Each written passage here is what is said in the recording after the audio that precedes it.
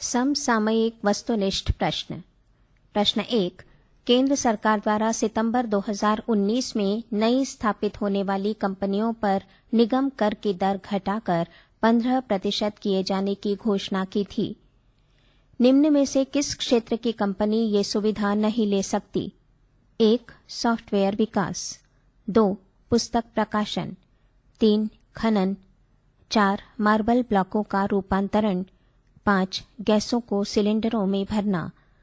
विकल्प ए केवल 1, 2 व 3, बी केवल 2, 3 व 4, सी केवल 3, 4 व 5, डी 1, 2, 3, 4 व 5 सभी। सही उत्तर है विकल्प डी 1, 2, 3, 4 व 5 सभी। व्याख्या।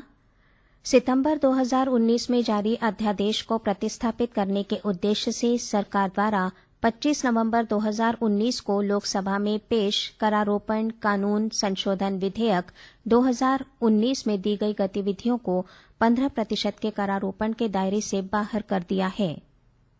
प्रश्न 2। निम्न में से किस चर्चित भारतीय कैफे श्रृंखला द्वारा ग्राहकों के चेहरे को संग्रहित करने के लिए फेशियल रिकॉग्निशन टेक्नोलॉजी का उपयोग किए जाने को निजता का उल्लंघन, मिस आइडेंटिफिकेशन तथा व्यक्तियों की प्रोफाइल बनाकर उसका दुरुपयोग किए जाने की आशंका व्यक्त की गई है? A. Chaayos, B. Coffee Cafe Day, C. Barista cafe and restaurant, D. Costa Coffee. सही उत्तर है विकल्प ए चायोस। व्याख्या। चर्चित चायोस कैफे ने फेशियल रिकॉग्निशन टेक्नोलॉजी को प्रयुक्त करते हुए अपने ग्राहकों के चेहरों को कैमरों की सहायता से संग्रहित करने की एक योजना प्रारंभ की है। कंपनी का दावा है इसका प्रयोग ग्राहकों को शीघ्रता से बेहतर सेवा देने के लिए किया जा रहा है, लेकिन अनेक ग्राहकों ने सोशल मीडिया पर इस व्यवस्था की कड़ी आलोचना की है। इससे उनके निजता के अधिकार का उल्लंघन होता है। प्रश्न 3। कंसल्टेंसी फर्म डेलबर्ग द्वारा किए गए एक सर्वेक्षण के अनुसार आधार के बारे में निम्न में से कौन सा कथन गलत है? ए. भारत में मात्र 8% लगभग 102 मिलियन लोगों के पास आधार कार्ड नहीं है, इनमें से 75 मिलियन बच्चे हैं। बी. असम के 90% तथा मेघालय के 61% निवासियों के पास आधार नहीं है। सी. मात्र 50% लोगों का मानना है कि आधार के कारण सार्वजनिक वितरण प्रणाली मनरेगा तथा सामाजिक पेंशन योजनाओं का क्रियान्वयन अधिक विश्वसनीय है। डी. 33% आधार कार्ड धारकों का कहना है कि आधार को अद्यतन करने की प्रक्रिया अत्यधिक जटिल है। सही उत्तर है विकल्प सी। मात्र 50% लोगों का मानना है कि आधार के कारण सार्वजनिक वितरण प्रणाली मनरेगा तथा सामाजिक पेंशन योजनाओं का क्रियान्वयन अधिक विश्वसनीय है। व्याख्या। कंसल्टेंसी फर्म डेलबर्ग द्वारा स्टेट ऑफ आधार शीर्षक से प्रकाशित रिपोर्ट 2019, जो मई और सितंबर 2019 के बीच किए गए राष्ट्रीय हाउस होल्ड सर्वेक्षण के आंकड़ों पर आधारित है, के अनुसार 80% आधार कार्ड धारकों ने स्वीकार किया है कि आधार के कारण सार्वजनिक वितरण प्रणाली, मनरेगा तथा सामाजिक पेंशन योजना जैसे कार्यक्रमों का क्रियान्वयन अब अधिक विश्वसनीय है। प्रश्न 4। विश्व बैंक द्वारा जारी कारोबारी सुगमता रिपोर्ट 2020 में भारत ने कारोबारी सुगमता सूचकांक में 63वीं रैंक हासिल की है। इस अच्छी उपलब्धि के बावजूद निम्न में से किस सह सूचकांक में भारत की उपलब्धि निराशाजनक रही है? 1. अनुबंधों को लागू कराना, 2. संपत्ति का पंजीयन कराना, 3.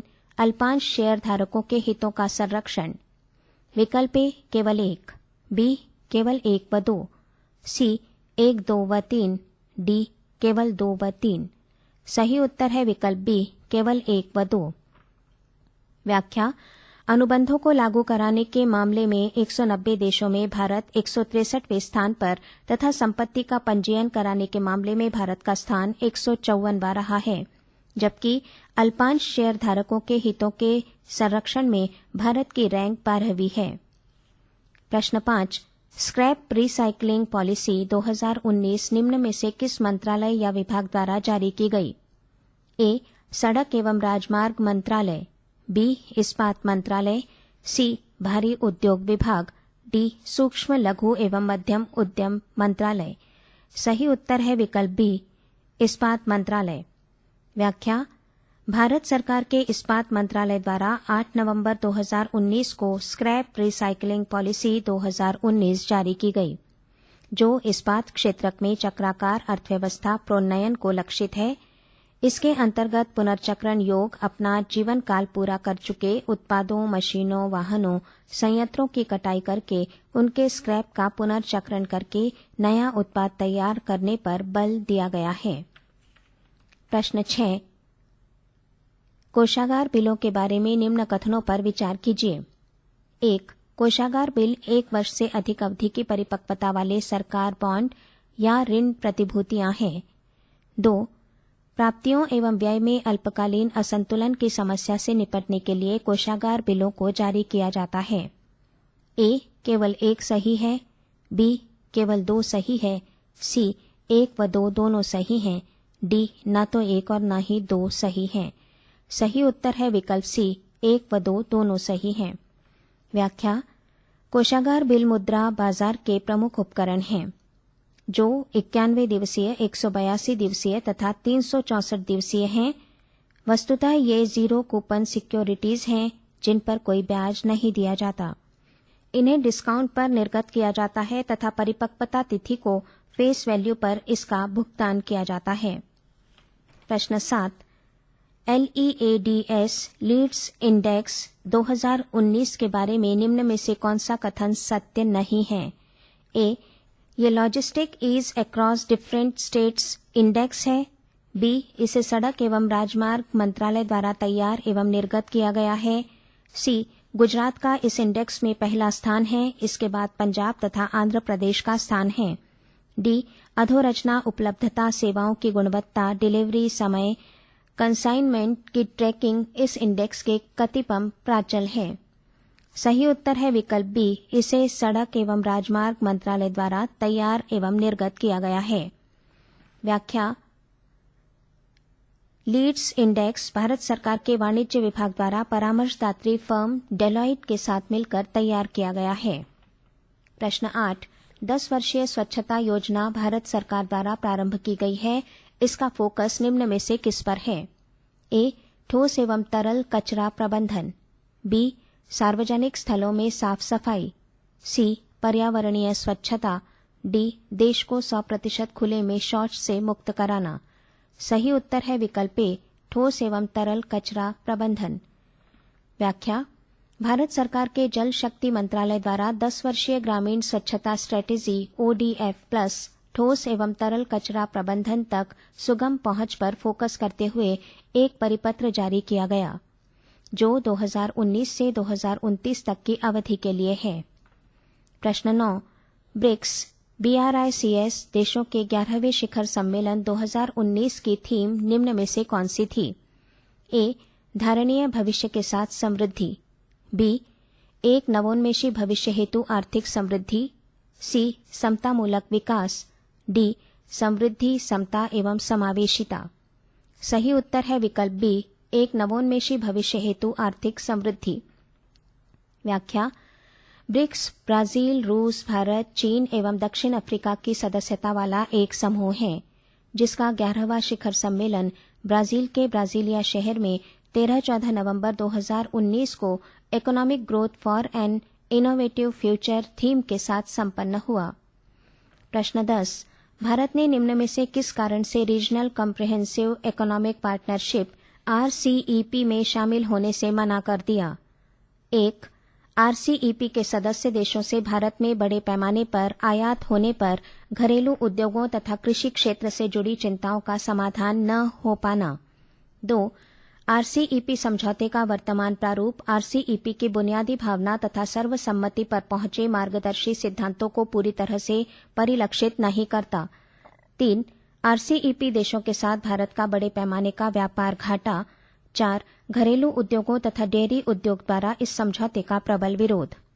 विकल्प ए केवल 1, बी केवल 1 व 2, सी केवल 2, 3 व 4, डी केवल 1, 2, 3 व 4।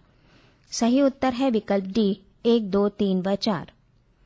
व्याख्या RCEP 10 सदस्यीय एशियान, ASEAN एवं 5 अन्य देशों ऑस्ट्रेलिया, न्यूजीलैंड, चीन, जापान तथा दक्षिणी कोरिया के बीच एक व्यापार समझौता है। प्रारंभिक स्तर पर भारत भी इसकी वार्ताओं में हिस्सेदार रहा है, लेकिन चीन से बड़े पैमाने पर विनिर्मित वस्तुओं तथा न्यूजीलैंड से डेयरी उत्पादों के आयात की आशंका के चलते भारतीय प्रधानमंत्री नरेंद्र मोदी ने इस समूह में शामिल होने से मना कर दिया। प्रश्न 11, सबका विश्वास लीगेसी डिस्प्यूट समाधान योजना 2019 के बारे में निम्न में से कौन सा कथन सही है? 1. ये वस्तु एवं सेवा कर में शामिल किए जा चुके लीगेसी करों, सेवा कर एवं केंद्रीय उत्पाद शुल्क से जुड़े विवादों के समाधान से संबंधित है। 2. विवाद समाधान एवं क्षमादान इस योजना के 2 प्रमुख घटक हैं। A. केवल एक सही है, B. केवल 2 सही है, C. 1 व 2 दोनों सही हैं, D. न तो सही है 1 और न ही 2 ही सही है। सही उत्तर है विकल्प C, 1 व 2 दोनों सही हैं। पृष्ठ 131। प्रश्न 12, उत्सर्जन कारोबार योजना प्रारंभ करने वाला भारत का पहला राज्य कौन सा है? A. Gujarat, B. Paschim Bengal, C. Haryana, D. Tamil Nadu. सही उत्तर है विकल्प A, गुजरात। व्याख्या, गुजरात भारत का ऐसा पहला राज्य है जहां की सरकार द्वारा देश में सर्वप्रथम इमिशन ट्रेडिंग योजना प्रारंभ की है। कणिकाओं PM10 तथा PM25 के उत्सर्जन में बाजारी कारोबार की विश्व की पहली योजना है, जिसे गुजरात राज्य के सर्वाधिक प्रदूषित शहरों में से एक सूरत में लॉन्च किया गया है। प्रश्न 13, ऐसी आशंका है कि भारत में पाई जाने वाली पशुओं की निम्न प्रजातियों के विलुप्त प्राय होने का संकट उत्पन्न हो गया है। 1. भारतीय चीता, 2. गुलाबी सिर वाली बतख, 3. Great Indian desert. विकल्प A, केवल 1 व 2, B. केवल 2 व 3, C. 1, 2, 3 सभी, D. उपर्युक्त में से कोई नहीं। सही उत्तर है विकल्प C, 1, 2, 3 सभी। व्याख्या, संयुक्त राष्ट्र संघ के मरुस्थलीकरण रोकथाम अभिसमय के कॉन्फ्रेंस ऑफ पार्टीज की 14वीं बैठक में अनुसंधानकर्ताओं द्वारा आशंका जताई गई है कि भारत में बढ़ते मरुस्थलीकरण के कारण भारतीय चीता, गुलाबी सिर वाली बतख तथा ग्रेट इंडियन बस्टर्ड विलुप्त प्राय प्रजातियां हैं। प्रश्न 14, ट्रांसपेरेंसी इंटरनेशनल इंडिया एवं लोकल सर्किल्स द्वारा कराए गए एक सर्वेक्षण के निष्कर्षों में निम्न में से कौन सा सही है? A. देश के 20 राज्यों में 2018 की तुलना में 2019 में भ्रष्टाचार में 10% की कमी आई है। B. देश के 20 राज्यों में 2018 की तुलना में 2019 में भ्रष्टाचार में 15% की वृद्धि हुई है। C. दिल्ली, हरियाणा, गुजरात, पश्चिम बंगाल, केरल, गोवा तथा ओडिशा में रिश्वत देकर काम कराने की प्रवृत्ति में वृद्धि हुई है। D. राजस्थान, उत्तर प्रदेश तथा बिहार देश के सर्वाधिक भ्रष्ट राज्य हैं। सही उत्तर है विकल्प A, देश के 20 राज्यों में 2018 की तुलना में 2019 में भ्रष्टाचार में 10% की कमी आई है। व्याख्या, ट्रांसपेरेंसी इंटरनेशनल इंडिया एवं लोकल सर्कल्स द्वारा कराए गए सर्वेक्षण 2019 में देश के 20 राज्यों में भ्रष्टाचार में 10% की कमी आने, हरियाणा, दिल्ली, गुजरात, पश्चिम बंगाल, केरल, गोवा तथा ओडिशा में 2018 के सापेक्ष 2019 भ्रष्टाचार के स्तर में कमी आने तथा राजस्थान, बिहार, उत्तर प्रदेश, तेलंगाना, कर्नाटक, तमिलनाडु, झारखंड एवं पंजाब में रिश्वत देने की घटनाओं में वृद्धि हो जाने की बात कही गई है। प्रश्न 15, प्रोजेक्ट रीप्लान REPLAN का संबंध निम्न में से किससे है? A. दिव्यांगजनों के पुनर्वास से, B. प्रकृति में प्लास्टिक की मात्रा करने से, C. कक्षा 1 से 5 तक के बच्चों के बस्तों का बोझ कम करने से, D. शहरों के पुनर्विकास से। सही उत्तर है विकल्प B, प्रकृति में प्लास्टिक की मात्रा कम करने से। व्याख्या, प्रधानमंत्री द्वारा प्रारंभ किए गए स्वच्छता ही सेवा अभियान के अंतर्गत खादी इंडिया द्वारा प्रारंभ की गई replan reducing plastic in nature एक अभिनव पहल है, जिसके अंतर्गत फेंके गए प्लास्टिक तथा कागज की लुगदी से 80:20 के अनुपात में कैरी विनिर्मित किए जा रहे हैं। प्रश्न 16, 1 नवंबर 2019 की स्थिति के अनुसार भारत के कितने राज्यों में द्विसदनात्मक वाली विधायिका है? ए 6, बी 7, सी 8, डी 9। सही उत्तर है विकल्प ए 6। व्याख्या: 31 अक्टूबर 2019 को जम्मू कश्मीर राज्य का विघटन करके जम्मू कश्मीर केंद्र शासित क्षेत्र तथा लद्दाख केंद्र शासित क्षेत्र बना दिए गए हैं। इस प्रकार जम्मू कश्मीर राज्य में विधान परिषद का अस्तित्व समाप्त हो गया है। जम्मू कश्मीर केंद्र शासित क्षेत्र में केवल विधान सभा होगी। इस प्रकार 1 नवंबर 2019 की स्थिति के अनुसार केवल आंध्र प्रदेश, बिहार, कर्नाटक, महाराष्ट्र, तेलंगाना एवं उत्तर प्रदेश राज्यों में द्विसदनात्मक विधानसभा एवं विधान परिषद वाली विधायिकाएं हैं। प्रश्न 17। गुटनिरपेक्ष आंदोलन NAM का 18वां शिखर सम्मेलन 25-26 अक्टूबर 2019 को कहां आयोजित किया गया? ए नई Delhi, Bharat, B Porlamar, Venezuela, C Baku, Azerbaijan, D Tehran, Iran. सही उत्तर है विकल्प सी बाकू, अजरबैजान। व्याख्या: 120 राष्ट्रों की सदस्यता वाले गुटनिरपेक्ष आंदोलन का 18वां शिखर सम्मेलन बाकू, अजरबैजान में 25-26 अक्टूबर 2019 को आयोजित किया गया। इस सम्मेलन की थीम समकालीन विश्व की चुनौतियों का यथोचित एवं समवेत अनुक्रिया सुनिश्चित करने के लिए बांडुंग सिद्धांतों का पालन करना थी। इस शिखर सम्मेलन में भारत का नेतृत्व उपराष्ट्रपति वेंकैया नायडू द्वारा किया गया। प्रश्न 18। निम्न में से कौन सा समूह के बाहर का है? ए RCEP का तीसरा शिखर सम्मेलन 2019, बी आसियान ASEAN का 35वां शिखर सम्मेलन 2019, सी गुटनिरपेक्ष आंदोलन का 18वां शिखर सम्मेलन 2019, डी 14वां पूर्वी एशिया शिखर सम्मेलन 2019।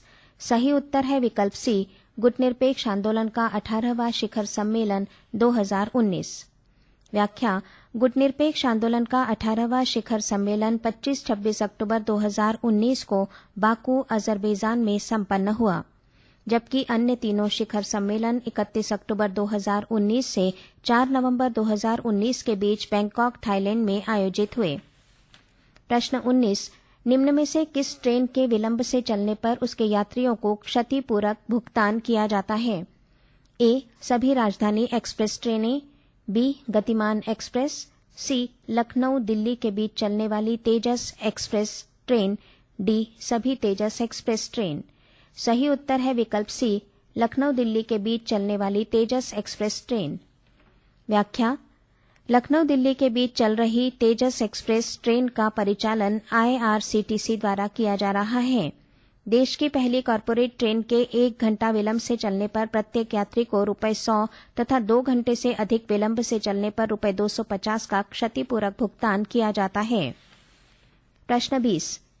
विधि एवं न्याय मंत्रालय ने 22 अक्टूबर 2019 को एक आदेश जारी करके वरिष्ठ नागरिकों एवं दिव्यांगजनों को अनुपस्थित मतदाता सूची में रख दिया है। निर्वाचन संपन्न कराने के विनियमों 1961 में किए गए इस संशोधन का क्या परिणाम होगा? ए 80 वर्ष से अधिक आयु वाले वरिष्ठ नागरिक एवं दिव्यांगजनों के नाम मतदाता सूचियों से हटा दिए जाएंगे। बी 80 वर्ष से अधिक आयु वाले वरिष्ठ नागरिक एवं दिव्यांगजन अब मतदान नहीं कर सकेंगे। सी 80 वर्ष से अधिक आयु वाले वरिष्ठ नागरिक एवं दिव्यांगजन पोस्ट बैलेट के द्वारा मतदान कर सकेंगे। डी 80 वर्ष से अधिक आयु वाले वरिष्ठ नागरिकों एवं दिव्यांगजनों के मतपत्र अधिकृत मतदान पेटियों द्वारा स्वयं संकलित किए जाएंगे। सही उत्तर है विकल्प सी 80 वर्ष से अधिक आयु वाले वरिष्ठ नागरिक एवं दिव्यांगजन पोस्ट बैलेट के द्वारा मतदान कर सकेंगे। व्याख्या: अनुपस्थित मतदाता उसे माना जाता है जिसका नाम मतदाता सूची में तो होता है, लेकिन जो किन्हीं कारणों से मतदान केंद्र पर जाकर मतदान नहीं कर पाता है। ऐसे मतदाताओं को पोस्टल बैलेट से मतदान करने की सुविधा दी जाती है। उदाहरणार्थ, सैन्य बलों एवं अर्धसैन्य बलों तथा चुनाव ड्यूटी में लगे सरकारी कर्मी अब इस संवर्ग में 80 वर्ष से अधिक आयु के वरिष्ठ नागरिकों तथा दिव्यांगजनों के नाम भी शामिल कर लिए गए हैं। प्रश्न 21। केंद्र सरकार द्वारा जारी एक हालिया अधिसूचना के अनुसार सूचना आयुक्तों का कार्यकाल विकल्प ए 5 वर्ष से घटाकर 4 वर्ष कर दिया गया है, बी 5 वर्ष से घटाकर 3 वर्ष कर दिया गया है, सी 5 वर्ष से बढ़ाकर 6 वर्ष कर दिया गया है, डी 5 वर्ष से घटाकर 2 वर्ष कर दिया गया है। सही उत्तर है विकल्प बी 5 वर्ष से घटाकर 3 वर्ष कर दिया गया है। व्याख्या: सूचना पाने का अधिकार संशोधन अधिनियम 2019 से सरकार को सूचना आयुक्तों की सेवा शर्तों में परिवर्तन करने की शक्ति प्राप्त हो गई है। इसी को प्रयुक्त करते हुए सूचना आयुक्तों का कार्यकाल 5 वर्ष से घटाकर 3 वर्ष कर दिया गया है। प्रश्न 22। सुमन, SUMAN योजना के बारे में निम्न में से कौन सा कथन सत्य है? 1. ये सुरक्षित मातृत्व आश्वासन योजना है। 2. इसका लक्ष्य गर्भावस्था, प्रसव एवं प्रसव पश्चात अवधि में होने वाली महिलाओं एवं नवजात शिशुओं की मौतों को शून्य स्तर पर लाना है। 3. सरकार सभी गर्भवती महिलाओं, नवजात शिशुओं को प्रसव के 6 माह तक निःशुल्क स्वास्थ्य सेवाएं प्रदान कराएगी। 4. गर्भावस्था एवं प्रसव के दौरान सभी जांचों और जटिलताओं की प्रबंधन की शून्य लागत पर व्यवस्था। विकल्प ए केवल 1, बी केवल 1 व 2, सी केवल 2, 3 व 4, डी 1, 2, 3 व 4। सही उत्तर है विकल्प डी 1, 2, 3 व 4। व्याख्या: सुमन, सुरक्षित मातृत्व आश्वासन योजना 10 अक्टूबर 2019 को घोषित की गई। इसका उद्देश्य रोकी जा सकने वाली सभी मातृ मौतों एवं नवजात शिशुओं की मौतों को शून्य स्तर पर लाना है।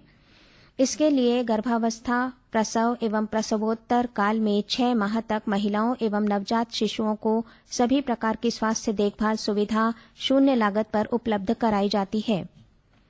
प्रश्न 23। वर्ल्ड इकोनॉमिक फोरम द्वारा ग्लोबल कॉम्पिटिटिवनेस इंडेक्स 4.0 2019 जारी किया गया है। इसमें 4.0 निम्न में से किसे इंगित करता है? ए. उद्योग 4.0 चौथी औद्योगिक क्रांति, बी. सेवाएं 4.0 चौथी सेवाएं क्रांति, सी. कृषि 4.0 चौथी कृषि क्रांति, डी. IT 4.0 चौथी सूचना प्रौद्योगिकी क्रांति। सही उत्तर है विकल्प ए उद्योग 4.0 चौथी औद्योगिक क्रांति। व्याख्या: नया वैश्विक प्रतिस्पर्धात्मक सूचकांक 4.0 चौथी औद्योगिक क्रांति के दौरान उत्पादकता, समृद्धि एवं मानव विकास से जुड़े प्रांचलों पर आधारित है। प्रश्न 24।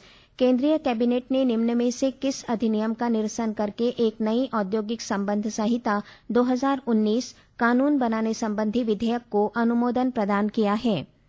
1. द ट्रेड यूनियन अधिनियम 1926, 2. औद्योगिक रोजगार स्थायी आदेश अधिनियम 1946, 3. औद्योगिक विवाद अधिनियम 1947। विकल्प ए केवल 3, बी केवल 1 व 3, सी 1, 2 व 3 सभी, डी उपर्युक्त में से कोई नहीं। सही उत्तर है विकल्प सी 1, 2 व 3 सभी। व्याख्या: केंद्र की राष्ट्रीय लोकतांत्रिक गठबंधन सरकार ने ब्रिटिश शासन से चले आ रहे 44 केंद्रीय श्रम संनियमों का निरसन करके निम्न 4 संहिताओं में संहिताबद्ध करने का निर्णय लिया है। 1. मजदूरी संहिता 2019 कानून बन चुका है। 2. व्यावसायिक सुरक्षा, स्वास्थ्य एवं काम की दशाएं संहिता 2019 बजट सत्र 2019 में संसद में विधेयक पेश किया जा चुका है। 3.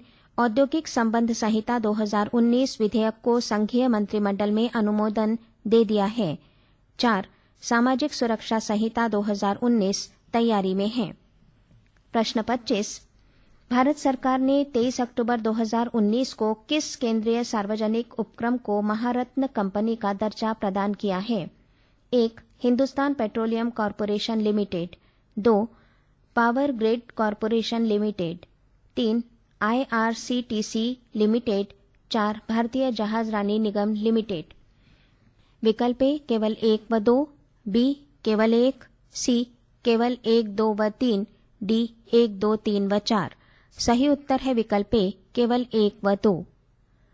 प्रश्न पत्र समाप्त। पृष्ठ 132।